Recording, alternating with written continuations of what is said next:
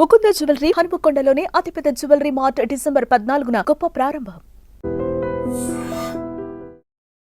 నమస్తే, welcome to I dream social spotlight with కవిత.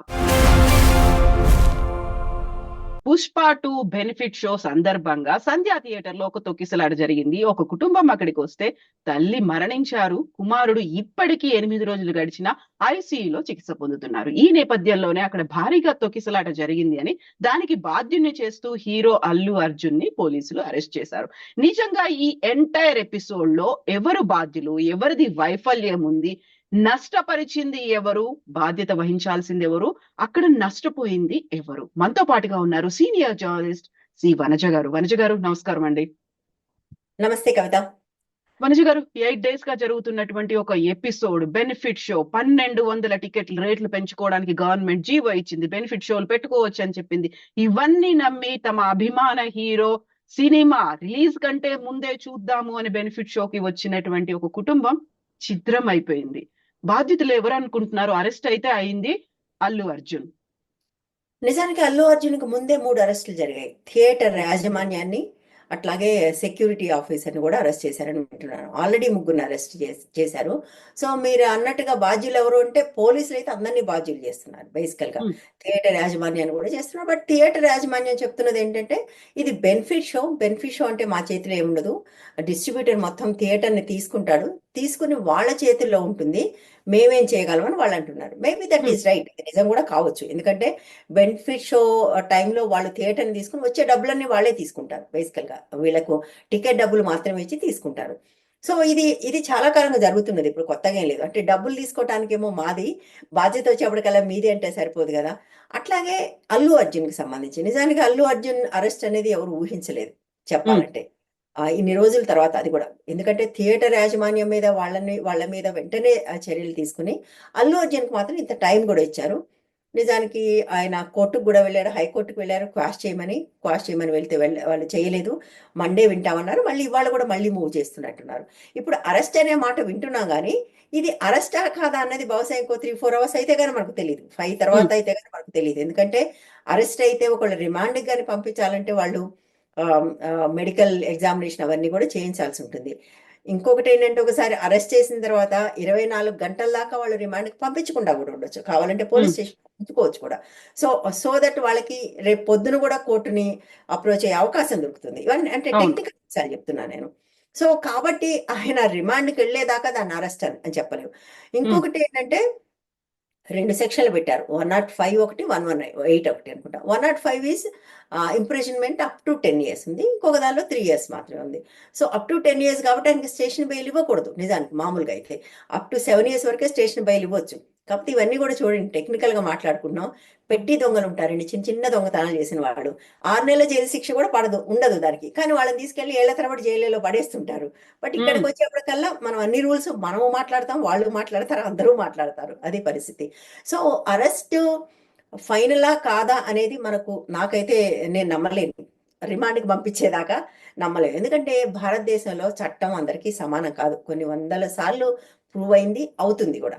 ఇకపోతే బాధ్యత ఎవరిది అన్నప్పుడు అంటే మొత్తంగా అందరి బాధ్యత ఉంది, నేను కాదన్ను. బట్ ఈ పర్టికులర్ విషయంలో అయితే నేను అల్లు అర్జున్ పట్ల అల్లు అర్జున్ని నేను తప్పు పడతాను. ఎందుకంటే అల్లు అర్జున్ ఎంత కాదన్నా కూడా చాలా మందితో పోలిస్తే ఒక సోషల్ యాక్టివిటీ అని అదని ఇదని చేస్తుంటారు. కేవలం ఈ 1000 కోట్ల ఫ్రెంజీలో పడి, అంటే 1000 కోట్ల సినిమా, అది కూడా అందరికంటే తొందరగా 1000 కోట్లు. బాహుబలి 2 ఎన్ని రోజుల్లో 1000 కోట్లు వచ్చింది, లేదా జవాన్ ఎన్ని రోజుల్లో వచ్చింది, దానికంటే ముందే మనం 1000 కోట్లు సంపాదించాలి అని దాంట్లో పడి చేసిన పని ఇది. దానికోసం అసలు సంధ్య లాంటి థియేటర్కి వెళ్ళటం ఏంటండి? ఇవాళ ఇది 2024లో మాట్లాడుకుంటున్నాం మనం. సంధ్య లాంటి థియేటర్కి వెళ్తే, చిన్న థియేటర్ అది, ఆర్టీసీ క్రాస్ రోడ్స్, మామూలుగానే థియేటర్ వదిలిపెడితే ఆ ఏరియాలో భయంకరమైన ట్రాఫిక్ జామ్ అవుతుంది. ఆ రోజు అంత చిన్న థియేటర్కి 500-600 కెపాసిటీ ఉన్న థియేటర్కి 10,000 మంది వచ్చారని చెప్తున్నారు. ఎంతమందో ఎవరికి తెలియదు. ఇంకా టికెట్ కొనుక్కున్న వాళ్ళు మాత్రమే కాదు, వస్తున్నారు అని చూడటానికి వచ్చిన వాళ్ళు కూడా చాలా మంది ఉన్నారు. అభిమానులు బోల్డ్ అంతమంది చేరుకున్నారు అక్కడికి న్యాచురల్గా వస్తారు. అట్లాంటి చోటుకు వెళ్ళటం అనేది కంప్లీట్లీ ఇర్రెస్పాన్సిబుల్. అది అసలు బెనిఫిట్ షోసే ఇర్రెస్పాన్సిబుల్ అనే మాట కూడా వింటున్నాం మనం. ఎందుకంటే బెనిఫిట్ షోస్ చూసేదైనా మొదటి 2-3 రోజులు చూసేదైనా అభిమానులే. మీరు అభిమానులు లేకపోతే మేము లేము, మీరే మా జీవితం అని మాట్లాడేవాళ్ళు మొదటి 2 రోజుల్లో అభిమానుల జేబులకు చిల్లు పొడవాలనే ఆలోచన చేయటమే తప్పు. అది ఏ రకంగానో కూడా మోరల్ గా కూడా రైట్ కాదు. ఇంకొకటి, అసలు సినిమా అనేది కేవలం కోర్స్ సినిమా కమర్షియల్, డబ్బులు పెడతావు, డబ్బులు రావాలి. కానీ నువ్వు పెట్టే డబ్బులు ఎంత కరెక్ట్ గా పెడుతున్నావు, వచ్చే డబ్బులు ఎంత కరెక్ట్ గా తీసుకుంటున్నావు. ఇవాళ ఈ సినిమాకి, పర్టికులర్ సినిమాకి అల్లు అర్జున్ రెమ్యునరేషన్ 350 కోట్లు. కాబట్టి ఆ సినిమా మొదటి వారం రోజుల్లో 1000 కోట్లు చేయాలి. ఎందుకంటే 350 కోట్లు ఆయనకే పోయిన తర్వాత మిగిలిన వాళ్ళందరూ, పైగా ఈ వచ్చిన డబ్బుల్లో డిస్ట్రిబ్యూటర్స్ కి, థియేటర్స్ కి పోగా ఎంత మిగులుతుంది? ఆల్మోస్ట్ హాఫ్ పోతుంది. నాకు తెలిసి 45-55% ఏదో ఉంటుంది వాళ్ళ మధ్యలో రేషియో. అంటే సగం డబ్బులు కింద పోయిన తర్వాత వచ్చే సగం డబ్బులు, అంటే 1000 కోట్లు వస్తే కూడా 350 కోట్లు అల్లు అర్జున్ పోతే మిగిలేదు 150 కోట్లు, మిగిలిన మొత్తం ఉండాలంటే నీ సినిమా ఖర్చు ఆల్మోస్ట్ నథింగ్. ఖర్చంతా కూడా హీరో రెమ్యునరేషన్. సో అంటే ఈ మొత్తం వ్యవహారంలో మోస్ట్ కీలకమైన పర్సన్ హీరో. ఎందుకంటే హీరోకి 350 కోట్లు ఇవ్వాలి అంటే వాళ్ళు ఇటువంటి ఒక ఫ్రెంజీ క్రియేట్ చేయక తప్పదు. ఎందుకంటే మనం ఆల్రెడీ చూసాం, పుష్ప 2 థియేటర్లో ఆల్మోస్ట్ బోసిపోయాయి. సోమవారం నుంచి ఆల్మోస్ట్ బుకింగ్స్ నిలిచిపోయాయి. నేను ఇప్పుడు మీతో మాట్లాడే ముందు కూడా బుక్ మై షో ఓపెన్ చేస్తే అన్ని థియేటర్స్ ఎక్కడంటే అక్కడ ఖాళీగా ఉన్నాయి, అన్ని దొరుకుతున్నాయి, టికెట్లు అన్ని ఓపెన్ ఉన్నాయి. అంటే వాళ్ళకి ముందే తెలుసు ఇది 4-5 రోజుల కంటే ఆడకపోవచ్చు అని. సో ఈ ఆడినప్పుడే జనం నుంచి లాగేసేయాలి అనే ఒక ఆలోచన. ఎందుకంటే ఇప్పటికీ కూడా హై రేట్స్ నడుస్తున్నాయి. వాళ్ళకి గవర్నమెంట్ నుంచి అలాంటి జీవో తెచ్చుకున్నారు. వాళ్ళు 10-13 రోజుల పాటు వాళ్ళు ఎక్కువ రేట్లు అమ్ముకోవటానికి కొంచెం కొంచెం తగ్గించుకుంటూ. సో ఇటువంటివి చేయటం అనేది అది సినిమాకి గౌరవం కాదు, ఇన్ జనరల్ గా ఇండస్ట్రీకి కూడా మంచిది కాదు. అంటే ఇండస్ట్రీ ఈ పద్ధతిలో నడిస్తే అది హెల్తీ కాదు. It is not healthy for cinema also. సినిమాకి హెల్తీ కాదు, ఇండస్ట్రీకి హెల్తీ కాదు. కేవలం ఒక హీరోకి విపరీతంగా డబ్బులు సంపాదించడం తప్ప ఈ సినిమా సాధించింది ప్రయోజనం ఏముంది చెప్పండి? ఇప్పుడు మొత్తం కూడా ఈ ఫ్రెంజీ అంతటికీ కారణం అల్లు అర్జున్ రెమ్యునరేషన్ 350 కోట్లు కావటమే. ఆయన రెమ్యునరేషన్ ఒక 5 కోట్లు అనుకోండి, ఉదాహరణకు అనుకుందాం. ఇంత కాదుగా, ఇంత అవసరం కూడా లేదు కదా. బట్ ఎందుకు వాళ్ళకి 100 కోట్లు ఇచ్చినప్పుడు నేను ఎందుకు 200 తీసుకోకూడదు? ఏంటిది ఈ కాంపిటీషన్ ఏంటి? అందులో నిర్మాతలు చెప్పే ఒక లాజిక్ కూడా, ఇది భారీ బడ్జెట్ చిత్రం కాబట్టి సో పెంచండి అని రిక్వెస్ట్లు, గవర్నమెంట్ దగ్గరికి వెళ్ళడాలు, వాళ్ళు టికెట్ రేట్లు పెంచుతూ జీవోలు కూడా రిలీజ్ చేయడాలు, స్పెషల్ గా బెనిఫిట్ షోలు ఇవ్వడానికి పర్మిషన్లు, ఇవన్నీ కూడా ఈ హంగామా అంతా నిజంగా దాన్ని హిట్ టాక్ అంటామా, బ్లాక్ బస్టర్ హిట్ అని రికార్డ్స్ చూపించుకోవడానికి ఇదంతా ఉపయోగపడుతుందా? అసలు భారీ బడ్జెట్ సినిమా అన్న ప్రతిసారి కూడా మనం అందులో చూడాల్సినది ఏంటంటే what is the biggest component in the film. ఈ సినిమా చూడండి, ఈ సినిమా బడ్జెట్ ఎంత నాకు తెలియదు, 500 కోట్లు 600 కోట్లు కావచ్చు అనుకుంటున్నా. 350 కోట్లు అల్లు అర్జున్ రెమ్యునరేషన్ అయిన తర్వాత ఇది భారీ బడ్జెట్ ఎట్లయింది? భారీ రెమ్యునరేషన్ ఇది. నీకు ఆ బడ్జెట్ తో సినిమాలో పెద్దగా అఫ్ కోర్స్ చేశారనుకోండి, నేను కాదనట్లేదు, కానీ బట్ దానంతటికి ఇన్ని 100 కోట్లు అవ్వవు కదా. ఇంత భారీ బడ్జెట్ ఎందుకు అవుతుంది? హీరో రెమ్యునరేషన్ కోసం. అటువంటిప్పుడు హీరో ఎంత రెస్పాన్సిబుల్ గా ఉండాలి? All this happen because of him. ఆయన రెమ్యునరేషన్ కోసం ఆ సినిమా భారీ బడ్జెట్ అయింది. ఆ భారీ బడ్జెట్ ని రాబట్టుకోవటం కోసం ప్రభుత్వాన్ని కూడా, 2 ప్రభుత్వాలని ఇన్ఫ్లుయెన్స్, వాళ్ళు జీవోలు తెచ్చుకున్నారు, ఇన్ఫ్లుయెన్స్లు చేసి జీవోలు తెచ్చుకున్నారు. తెచ్చుకుని వాళ్ళు అన్ని షోలు వేశారు. ఏంటి మొదటి రోజు ఎన్ని షోలు వేశారు? రాత్రి 9:35 నుంచి. ఇది బెనిఫిట్ షో అసలు రిలీజ్ అవ్వక ముందే పెట్టినటువంటి రాత్రి 9:35కి బెనిఫిట్ షో వేస్తే ఫస్ట్ షో 1:30కి వేశారు. రాత్రి మిడ్ నైట్ 1:30 నేను ఒక థియేటర్ లో చూశాను ఆ రోజు. ఏఎంబిలో ఉండే ఒకటి, వాళ్ళకి 7 స్క్రీన్స్ ఉన్నట్టున్నాయి. రాత్రి 1:30కి మొదలు పెడితే నెక్స్ట్ డే 1:30కి 51 షోస్ వేశారు. అన్ని స్క్రీన్స్ కలుపుకొని. అంటే అన్ని స్క్రీన్స్ ఆల్ 51 ఫుల్ అయినాయి. ఎందుకంటే డే 1 కదా, డే 1 చూడాలని ఒక పిచ్చి ఉంటుంది కదా చాలా మందికి, ఫ్యాన్స్ కు ఉంటుంది. డే 1 చూడాలనే పిచ్చున్న ఫ్యాన్స్ ని ఎక్స్ప్లాయిట్ చేయటం. ఎందుకు ఎక్స్ప్లాయిట్ చేసావు? నీ రెమ్యునరేషన్ వల్ల. ఈ మొత్తం నాకు తిరిగి ఒక చోటకే వస్తుంది కవిత. హీరోల రెమ్యూనరేషన్సే ఈ ఇండస్ట్రీలో అతిపెద్ద సమస్య. సినిమాలు ఆడట్లేదు అంటే ఎట్లా ఆడతాయి? మీ సినిమాలు ఆడట్లేదు అంటే ఆడకపోవటం ఏ లేదు, ఏ సినిమా అయినా ఆడుతుంది, ఎంతో కొంత ఆడుతుంది. ఎందుకు అవి ఫెయిల్ అవుతున్నాయంటే, ఎందుకు అవి నష్టం అంటే వాళ్ళ రెమ్యూనరేషన్స్ వల్ల అంతంత రెమ్యూనరేషన్స్ పెట్టుకుని అవి తీయటం వల్ల చాలా సినిమాలు ఇవాళ తెలుగులో ప్రతి సంవత్సరం దగ్గర దగ్గర 100-150 సినిమాలు వస్తున్నాయి. ఒకప్పుడు అయితే 200 ఇప్పుడు కొంచెం తగ్గాయి. అందులో ఎన్ని హిట్ అవుతున్నాయి? గట్టిగా 5-6 కూడా హిట్ అవ్వట్లేదు. మిగిలిన సినిమాలన్నీ పోతున్నాయి కదా. వాటన్నిటిని చిన్న బడ్జెట్ సినిమాలని, చిన్న హీరో సినిమాలని చెప్పి వాళ్ళకి స్క్రీన్స్ కూడా ఇవ్వని పరిస్థితి. వాళ్ళు కూడా సీన్స్ కూడా ఇవ్వకుండా ఇప్పుడు ఈ సినిమా చూడండి, పుష్ప 2 కోసం మొత్తం ఎంటైర్ డిసెంబర్ ఇంకొక రిలీజ్ లేకుండా చేశారు. ఎంత అంటే ఇండస్ట్రీ ఎంత వాళ్ళు కలిసిమెలిసి ఉంటారు జనాల్ని దోపిడీ చేయడానికి అంటే, నిజానికి డిసెంబర్లో చాలా రిలీజెస్ ఉన్నాయి. బాలీవుడ్ రిలీజెస్ ఉన్నాయి, మలయాళం రిలీజెస్ ఉన్నాయి, తమిళ్ ఉన్నాయి పెద్ద సినిమాలు. వాళ్ళందరూ మేమేం మానుకోమని చెప్పారు. కానీ వీళ్ళందరూ మాట్లాడారు, సినిమా బతికితేనే మనం అందరూ బతుకుతాము, మా ఒక సినిమాకు మీరు హెల్ప్ చేస్తే మిగిలిన సినిమాలకు ఇలాంటి సోదంతా చెప్పి అన్ని సినిమాలని దాదాపుగా దేశంలో ఇంకొక మేజర్ రిలీజ్ లేకుండా, అంటే డిసెంబర్లో ఎవరైనా పెద్ద సినిమా చూడాలంటే పుష్ప సినిమా చూడాలి, లేకపోతే మీకు సినిమా చూడడానికి లేదు. ఈ పద్ధతిలో క్రియేట్ చేశారు. అంటే ఇట్లా అంటే వాళ్ళు ఎంత కలిసిమెలిసి ఉంటారంటే వాళ్ళ డబ్బుల దగ్గరికి వచ్చేప్పటికల్లా, పీపుల్ దగ్గరకు వచ్చేప్పటికల్లా అది ఉండదు చూడు. సినిమా ప్రేక్షకులు లేకపోతే సినిమాలు లేవు, కానీ ప్రేక్షకుల విషయానికి వచ్చేప్పటికల్లా అందరం కలిసి ఎట్లా కొల్లగొట్టాలని. ఇది ఏం స్కీమ్ అనుకోవాలి? డిసెంబర్లో ఇంకో సినిమా రాకూడదు, లేకుండా చూడాలి. సో దట్ కొల్లగొట్టుకునే అవకాశం మనకు వస్తుంది. నెక్స్ట్ టైం నీకు ఇస్తా, నెక్స్ట్ టైం నీ సినిమా అన్నప్పుడు మన ఇద్దరు అక్కడ వచ్చినప్పుడు నేను పక్కకు తప్పుకుంటాను, నీకు ఇస్తాను. నువ్వు ఈ మంత్ నువ్వు కొల్లగొట్టుకో, నెక్స్ట్ మంత్ నేను కొల్లగొట్టుకుంటాను. ఇట్లా ఇట్లా అభిమానులు పిచ్చోళ్ళుగా ఫ్యాన్ వార్స్ అనేవి చేసుకుంటూ ఉంటారు. ఫ్యాన్ వార్స్ అని వీళ్ళు చేసుకుంటుంటారు. వాళ్ళు ఎక్కడేమో సర్దుకుంటారు. జోక్ అది. హీరోలేమో ఒకళ్ళకొకళ్ళు సర్దుబాట్లు చేసుకుని ఈ మంత్ నువ్వు కొట్టుకో, నెక్స్ట్ మంత్ నేను కొట్టుకుంటానని వాళ్ళు పంచుకుంటారు. ఫ్యాన్స్ మాత్రం నా హీరో గొప్ప, నీ హీరో గొప్ప అని కొట్టుకుంటుంటారు. చూడండి, వాళ్ళకున్న యవనల్లి, వాళ్ళకున్న సమన్వయం, అండర్స్టాండింగ్ అని ఫ్యాన్స్కి ఏముండదు. ఎంత చేస్తే ఇప్పుడు ఈ విషయంలోనే చూడండి, ఆమె చనిపోయింది వచ్చినప్పుడు అతను వెంటనే మాట్లాడాలి. ఒక హ్యూమిలిటీ అనేది ఉండాలి కదా. అంటే ఇప్పుడు డేస్ తర్వాత రెస్పాండ్ ఒక హ్యూమిలిటీ ఉండాలి కదా. వెంటనే ఏం పోతుంది, అయ్యో ఇట్లా జరగటం చాలా దురదృష్టకరం, ఇది జరుగుండాల్సింది కాదు, నేను చేయగలిగింది ఏమనుంటే చేస్తానని ఒక మాట అనొచ్చు కదా. వీళ్ళందరూ పెద్ద దేవుళ్ళ కింద ఫోజులు ఇస్తారు కదా. ఆ మాట అనటానికి ఏంటి, 2 రోజుల దాకా మాట్లాడలేదు.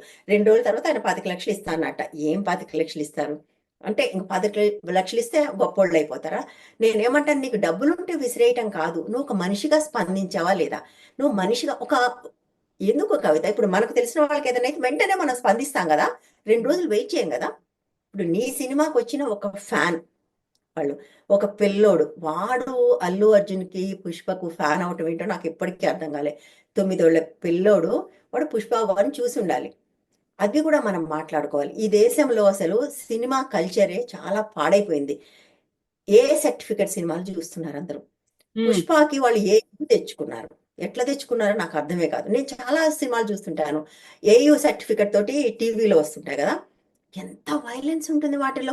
అంత వైలెన్స్ ఉంటే వాటికి ఏయూ సర్టిఫికెట్లు ఎట్లా వస్తాయి? పుష్ప నేను చూడలేదు, ఐఎమ్ షూర్ అందులో ఖచ్చితంగా వైలెన్స్ ఉండే ఉంటుంది. అంత వైలెన్స్ ఉన్న సినిమాలకు ఏయూ సర్టిఫికెట్లు ఎట్లా ఉంటాయి? దానికి పిల్లలు ఎట్లా వస్తారు? మీరు ఈ పెద్ద పెద్ద సినిమాలన్నీ అంటే పెద్ద ఆ మధ్యలో ఒక సినిమా వినయ విధేయ రామ అనుకుంటా, రామ్ చరణ్ సినిమా, ఎంత హారిబుల్ వైలెన్స్ అది అసలు. భయంకరమైన వైలెన్స్ అండ్ మోర్ వైలెన్స్. అలాంటి సినిమా కూడా ఏయూ సర్టిఫికెట్ తోటి ఓటీటీలోకి వచ్చింది, టీవీలోకి వచ్చింది. ఒకసారి ఏయూ వచ్చిన తర్వాత అవైలబుల్ టు ఎవ్రీవన్ కదా, నీకేమి అది చూడటానికి ఏమి అడ్డంకులు ఉండవు. అంటే పిల్లలు పుష్ప అనే అంటే 9 ఏళ్ళు అంటే వాడికి బహుశా పుష్ప 1 వచ్చినప్పుడు 6 ఏళ్ళు 7 ఏళ్ళు ఉండుంటాయి. ఇప్పుడు 9 అంటే వాడు ఆ సినిమా చూడటం ఏంటి, అల్లు అర్జున్ ఫ్యాన్ అవటం ఏంటి, నేను చూడాలని పట్టుబట్టం ఏంటి, ఈ తల్లిదండ్రులు పిల్లోడి కోరిక తీరుద్దాం అనుకుని వాళ్ళు కూడా రావటం ఏంటి. అంటే పిల్లోడి కోసం తల్లిదండ్రులు వచ్చారు. లేకపోతే నేను అనుకుంటాం ఒక తల్లిదండ్రులు 30లో 40లో ఉన్న తల్లిదండ్రులు దీనికోసం పరిగెత్తుకొస్తారని అనుకోండి, పిల్లల కోసం వచ్చారు ఖచ్చితంగా. అది కూడా ఆ పిల్లోడి కోసం. ఎవరో ఆ పిల్లోడు ఇప్పుడు క్రిటికల్ గా ఉన్నాడు, పిల్లోడే ఉంటాడో లేడో అనే పరిస్థితి వచ్చింది. ఆమె లేకుండానే పోయింది. అంటే ఈ కల్చర్ ఏదైతే ఉందో ఇది చాలా దారుణం. అంటే సినిమా తీసే కల్చర్ బాగాలేదు, సినిమా చూసే కల్చర్ కూడా బాగాలేదు. నేను చెప్పేది అది. స్ట్రిక్ట్ గా మనం ఏజ్ ని పాటించడం అనేది లేదు. మీకు చాలా థియేటర్స్ లో హైదరాబాద్ లో ఏ సర్టిఫికెట్ థియేటర్స్ లో మీకు అండర్ 16 14 ఏదో ఉంటుంది, వాళ్ళు వెళ్ళకూడదు థియేటర్లోకి. కానీ చాలా బ్రహ్మాండంగా హాయిగా వెళ్ళి చూసి వస్తుంటారు పిల్లలు. ఏ సర్టిఫికెట్ ఉన్న సినిమాలకు కూడా వెళ్తారు. ఇప్పుడు ఏమైందంటే ఏ సర్టిఫికెట్ ఉంటే కొన్ని థియేటర్స్, ఒకటో రెండు, ఎక్కువ కాదు, హైదరాబాద్లో వాళ్ళు ఆపేస్తున్నారని వీళ్ళు ఆ కట్స్ ఈ కట్స్ అని చెప్పి అది ఇది మతలబులు చేసి ఏయూ సర్టిఫికెట్లు తెచ్చుకుంటున్నారు. ఈ సినిమాలకు ఏయూ సర్టిఫికెట్లు ఏంటి అసలు? ఏయూ సర్టిఫికెట్లు వాటికి రావటం ఏంటి, వాటికి పిల్లలు వెళ్ళటం ఏంటి? అంటే నేనేమంటానంటే మొత్తంగా ఈ డబ్బులు సంపాదన, కమర్షియల్ సినిమా అనే ఒక కోట్ అండ్ కోట్ దాంట్లో అటు సినిమా ఇండస్ట్రీ భ్రష్టు పట్టిపోతుంది, ఇటు సినిమా సంస్కృతి కూడా భ్రష్టు పట్టిపోతుంది. అంటే చూసేవాళ్ళది కూడా భ్రష్టు పట్టిపోతుంది అని నాకు అనిపిస్తుంది. సో నిజంగానే అంటే ఒక కలెక్టివ్ గా అందరూ ఆలోచించాల్సినటువంటి అవసరం ఉంది. ఒక బ్లేమ్ గేమ్ అనేది, నేను పర్మిషన్ నేను అడిగాను వాళ్ళు ఇవ్వలేదు, వాళ్ళు మమ్మల్ని అడగలేదు, అది ఇది కాదు. కలెక్టివ్ గా అవును. రెస్పాండ్ అవ్వాల్సినటువంటి అవసరం అయితే ఉంది. ఒక సొసైటీ పరంగా మనం ఆలోచించాల్సినటువంటి అవసరం అయితే ఉంది. అవును, ఉంది. యాక్చువల్‌గా నిజానికి ఈ సినిమాకి సంబంధించి ఒక ఇంట్రెస్టింగ్ స్టోరీ చాలా మందికి తెలీదు. ఇది మామూలుగా ఈ సినిమాలన్నీ కూడా ఫస్ట్ డే ఫస్ట్ షోకి వెళ్ళొస్తారు కదా! ఈ మధ్య ఈ థియేటర్స్‌కి వెళ్తున్నారు. ఏమనాలి, మల్టీప్లెక్స్‌లకి వెళ్తున్నారు. అవును. అక్కడైతే ఇటువంటిది ఉండదని. సౌండ్ సిస్టమ్ జనరల్‌గా బాగుంటుంది అనేది. బావుంటుందని దానికని వస్తున్నారు. 'ప్రసాద్స్‌లో' ఈ సినిమా ఎందుకు రిలీజ్ కాలేదో మీకు తెలుసా?